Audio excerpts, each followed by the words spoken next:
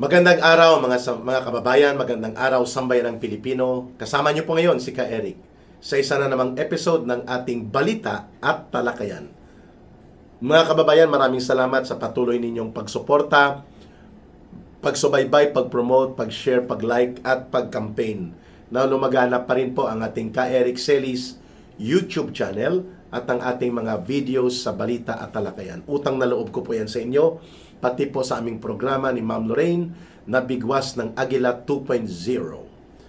Hindi po maampat-ampat itong maniobra ng mga dilaw at pink na mga survivors ng oportunistang politika sa Pilipinas at na mga kaalyado nila sa simbahan, sa mga ilang legal groups na mga abogado na kaalyado nilang anti-Duterte na solid Duterte haters. For whatever reason, naging kulto sila ng mga tagapagbatikos at tagapag-atake ni Pangulong Duterte at ni Sara Duterte. Pati po itong mga hilaw na komunista na walang NPA pero nag-aastang komunista.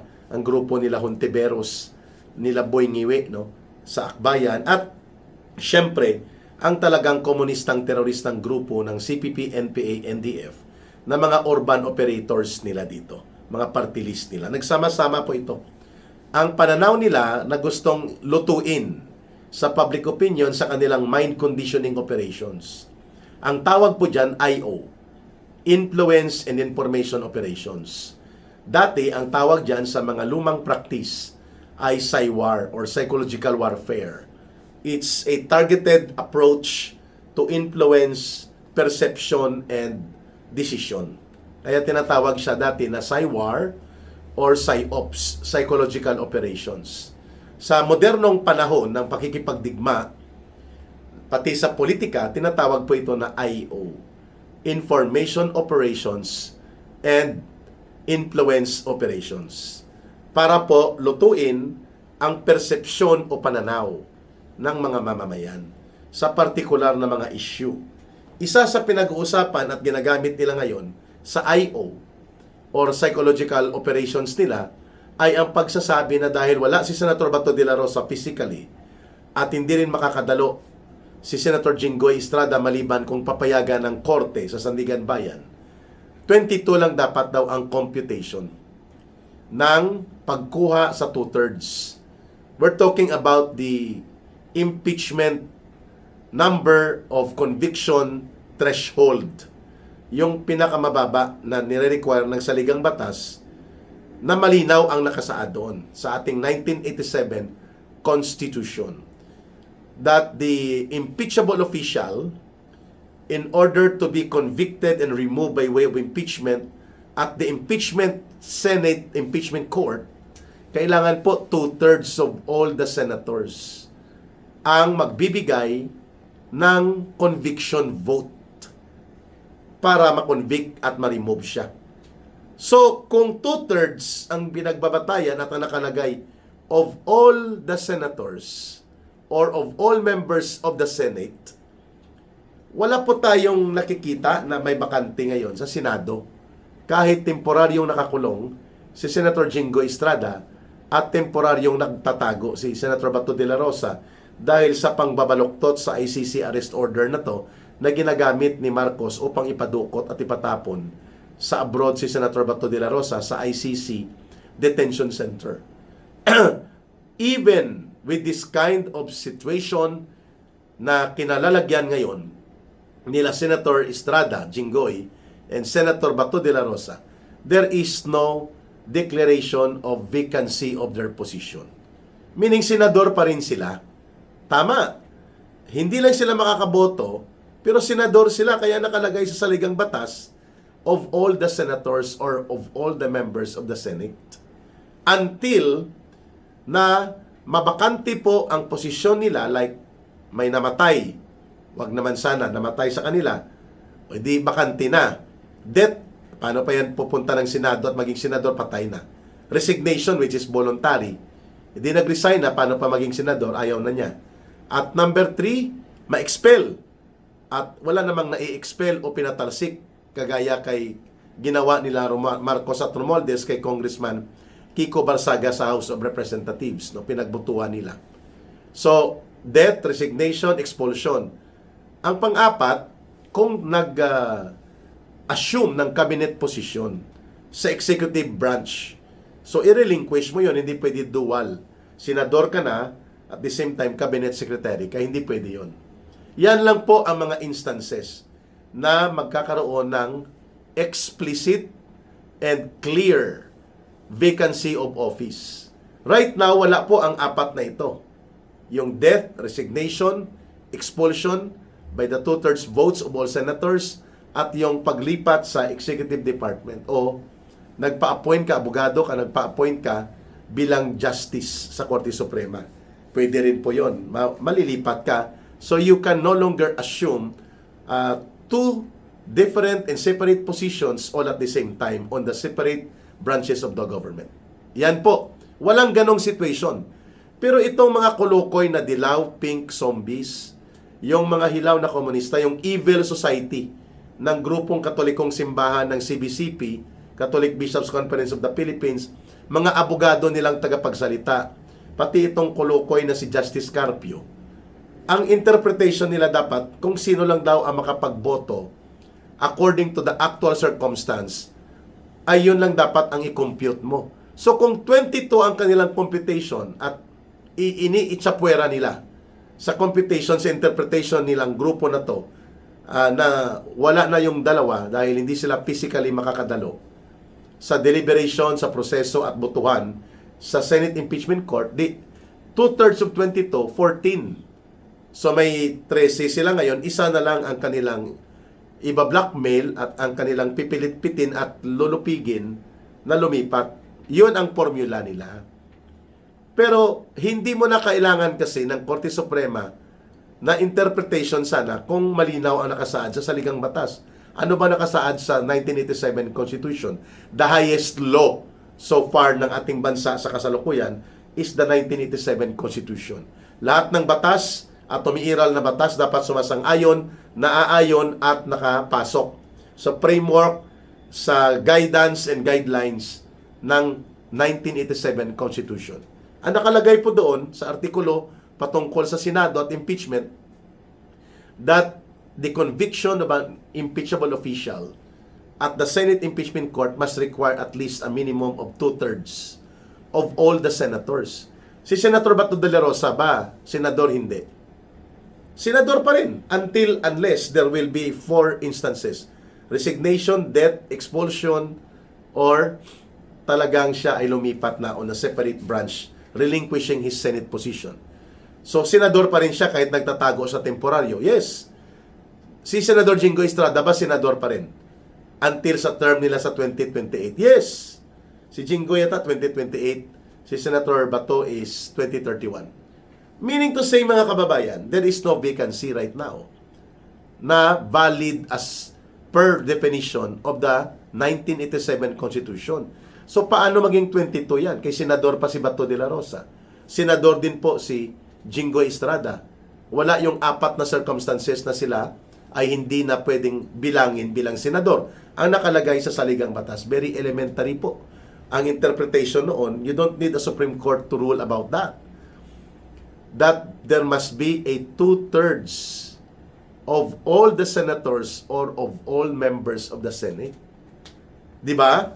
Yun pong definition, hindi sinabi doon na dapat ang 2/3 ay doon sa actual voting on the day of the impeachment court decision. You do not provide for something that is not defined by law. Bawal po yun.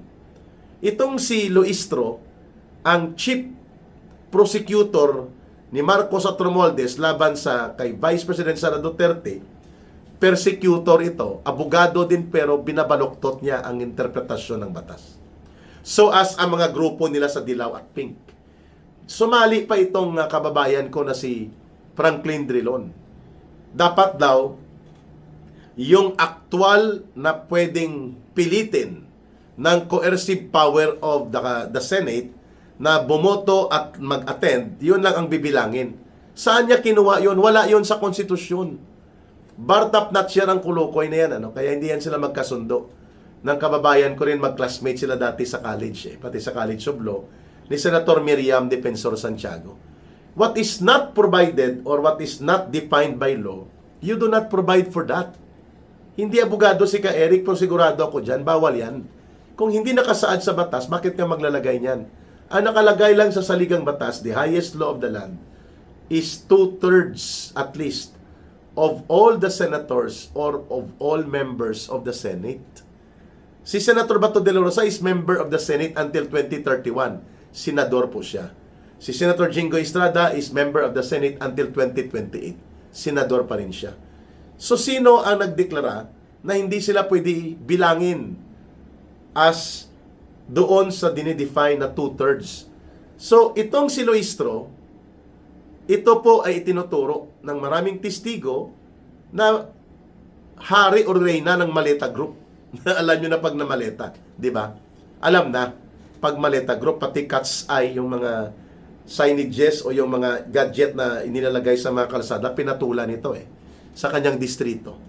Marami itong bagahe. At yun nga, pag sinabing na Maleta ka, alam na ikaw ay bahagi doon sa nakinabang o naging pagpapatupad. Ito yung, dahil kay speaker may akap, dahil kay speaker may AX tarantado. Dahil sa taong bayan na inilipat nyo mga pundot, ginamit nyo sa pamimili ng loyalty at boto, dahil may AX, hindi kay speaker, pinagkakitaan nyo yun. Kayo nila Marcos at Romualdez. So, ito si Drilon, nakisawsaw din. Ganon din si Justice Antonio Carpio.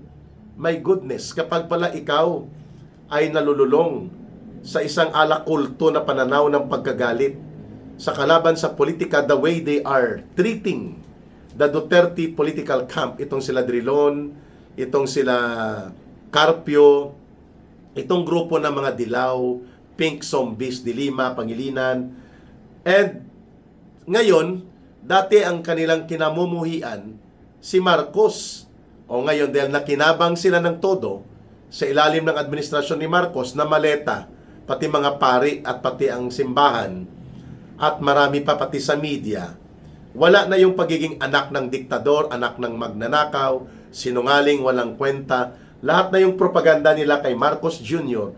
nung elections, kinain na nila, kaya tawag sa kanila, kain suka, himod tumbong ni Marcos. Sorry for the word, lick ass sa English, no? So yun dahil nakinabang na So anong integridad at anong dangal mayroon ng mga taong ito?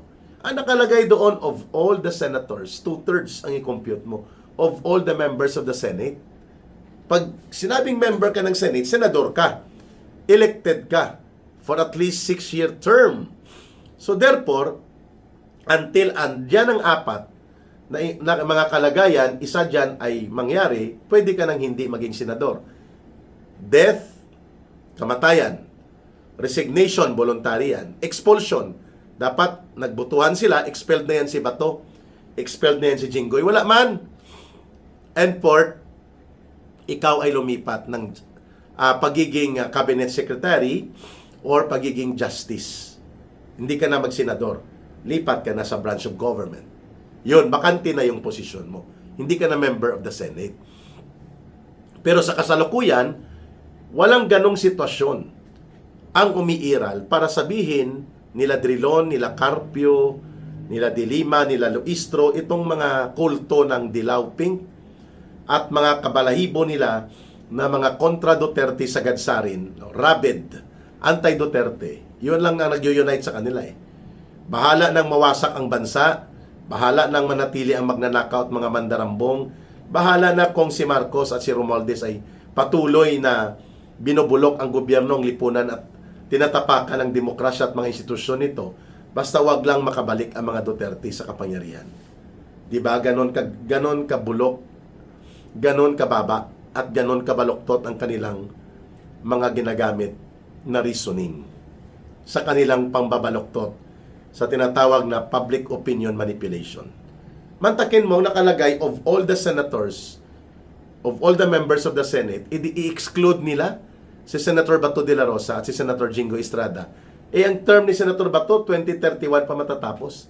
Ang term ni Senator Jingoy, 2028 pa. O bakit 14 ang target nila. Kasi isa na lang kulang nila minimum lumipat. So kung mapapakulong pa nila si Senator Dante Marcoleta, di 21 senators. Di 13 na lang kailangan nila. Kasi ang kanilang teorya, kung sino lang ang actual na present doon sa impeachment court, which was not defined, not provided, or not explicitly established in the provision of the 1987 Constitution. Sila lang nagsasabi niyan. Yung Abilino Doctrine nila no 1949 decision ng Korte Suprema, yun po ay sinapawa na ng konstitusyon. Yung mga sinasabi nilang interpretation sa batas, once there is now the new supreme law, the 1987 Constitution will prevail because it is the latest and it is the highest law of the land. Alam po nila yan. Mga abogado yan Matatalino din pero nagiging bobo dahil sa kanilang prejudice, yung kanilang bias na sana kung naging intellectually honest sila, yung kahit na anti-Duterte ka pero dahil mali ang interpretasyon sa batas dahil abogado ka, naging maestrado ka ng hukuman, ayusin mo ang pag-interpret sa batas at pagbibigay paliwanag. Hindi Ang ginagamit nila, political propaganda, hindi legal analysis. Magkaiba po yun. Pag naggumawa ka ng political propaganda, you are trying to manipulate public opinion according to your political interests and biases. But when you do objective legal analysis, bilang abogado ka, kaya dito pumapasok ang papel dapat ng Korte Suprema on transcendental matters with transcendental importance. Ibig sabihin po, sana wag magpatumpik-tumpik ang Korte Suprema na mag-interpret ng batas, ng saligang batas, because the exclusive authority and power provided by the Constitution to interpret the law, interpret the Constitution in its implementation and its relation to other laws and other provisions ng kanyang pagiging saligang batas, nasa Korte Suprema po yan. Hindi yan kay Drilon, hindi yan kay Loistro, hindi yan sa kay Marcos, kay Romualdez, hindi po niya pwede o nila lagyan ng kanilang sariling interpretasyon at ibebenta nila sa kanilang public opinion manipulation operations. Di ba? Kaya mahalaga pong nililinaw natin ito. Ngayon, kung ipipilit nila yan dahil they have the numbers, ipapakulong si Senador Marcoleta, di -1, 8 na lang naiwan sa kabila, di 13, ang 2/3 ng 21, 13 lang ang kailangan nila. So, iyan ay malinaw na manipulasyon at mga maniobra. Pero nakasaad sa konstitusyon, as long as they are senators and members sila ng Senado, they should be counted unless there are 4 circumstances or any of that present: death, resignation, expulsion, or transfer from the Senate to another branch of government, either cabinet secretary or justice or judge. Hindi na siya pwede maging senador. Wala mang ganun. Hindi nakasaad doon na dapat ang mag-count ng 2/3 yung actual na nandun sa Senate Impeachment Court. Interpretasyon nila yon. Kaya naman dapat tayo magpaliwanag. Bakit? Sapagkat alam natin po na hindi tama ang kanilang impeachment complaint sa pangalawang pagkakataon laban kay Vice President Sara Duterte, pero ipinilit sapagkat ang strategic direction ni Marcos at ni Romualdez is to remove Sara Duterte not just as Vice President but as a presidential contender so that hindi na siya pwedeng maging presidente o kandidato sa anumang posisyon, lalo na sa 2028 presidential elections, kasi itutulak nila ang perpetual or permanent disqualification from holding public office or applying or be appointed or become a candidate to any public office. Dahil takot na takot sila na magiging presidente ang isang Sara Duterte. Yan ang common denominator dito sa pangbabaloktot nila Drilon, nila Carpio, ng grupo ng Dilawan Pinklawan Zombies, mga hilaw na komunista, Evil Society, group ng Simbahan Katolika na nakalinya sa kanila, at pati na mga komunistang teroristang urban operatives. They want to remove Sara Duterte from the equation. of the forthcoming or the soon-to-be holding of the presidential elections in 2028. Yan po ang target nila. Kasi kung 13 lang, mayroon na sila. So kung tanggalin si Marcoleta, wala na, tapos ng kwento. O kahit hindi siya tanggalin by way sa kanilang binaloktot na pagsasampa ng non-bailable na kaso, lumipat ang isa mula dito sa Siam, tapos na rin ang kwento kung 14 lang ang kanilang computation. Kasi actual senators lang daw dapat ang bibilangin. Walang ruling ang Korte Suprema tungkol dyan. Pero, hindi kailangan ng Korte Suprema para basahin ang nakalagay sa saligang batas. At alam din ito na mga kulukoy na alipores ni Marcos at Romualdez na ngayon ay mga sipsip at binabaloktot na nagkukunwaring matatalino sa batas pero binabaloktot ang kanilang pananaw para lamang ipagtanggol ang isang mandarambong, bulok at kurakot na gobyerno na pinapapakinabangan nila.